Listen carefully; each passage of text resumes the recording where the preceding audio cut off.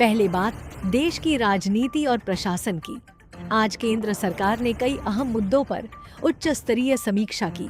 विभिन्न मंत्रालयों के साथ हुई बैठकों में विकास कार्यों, बुनियादी ढांचे, रोजगार और अर्थव्यवस्था से जुड़े विषयों पर चर्चा की गई।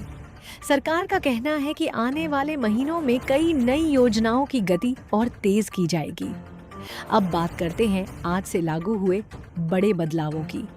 1 जुलाई से कई वित्तीय नियम बदल गए हैं। आयकर रिटर्न, आधार से जुड़ी प्रक्रियाएं, बैंकिंग नियम, पासपोर्ट शुल्क और कुछ अन्य वित्तीय व्यवस्थाओं में बदलाव लागू हो गए हैं।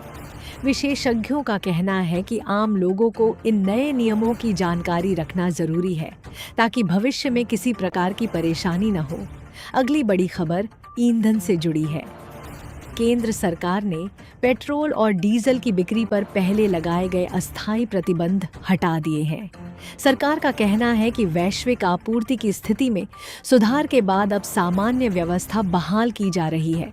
अब मौसम की बात। देश के कई राज्यों में मानसून सक्रिय है, जबकि कुछ इलाकों में सामान्य से कम बारिश की संभावना जताई गई है। मौसम विभाग किसानों को स्थानीय मौसम पूर्वानुमान पर नजर रखने की सलाह दे रहा है। देश के कई हिस्सों में मानसून की रफ्तार अभी भी असमान बनी हुई है।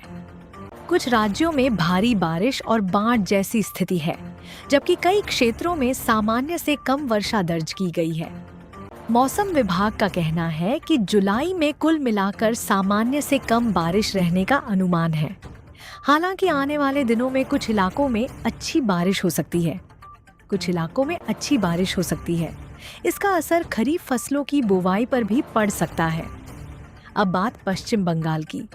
हल्दिया पेट्रोकेमिकल्स संयंत्र में भीषण आग लगने से 20 से अधिक लोग घायल हो गए। घायलों का इलाज जारी है और आग लगने के कारणों की जांच की जा रही है।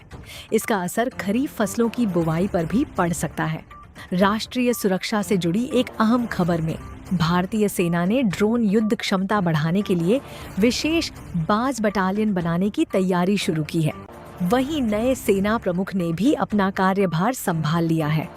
अंतर्राष्ट्रीय खेलों की बात करें तो फीफा वर्ल्ड कप 2026 के राउंड ऑफ 32 के मुकाबले आज बेहद रोमांचक रहने वाले हैं।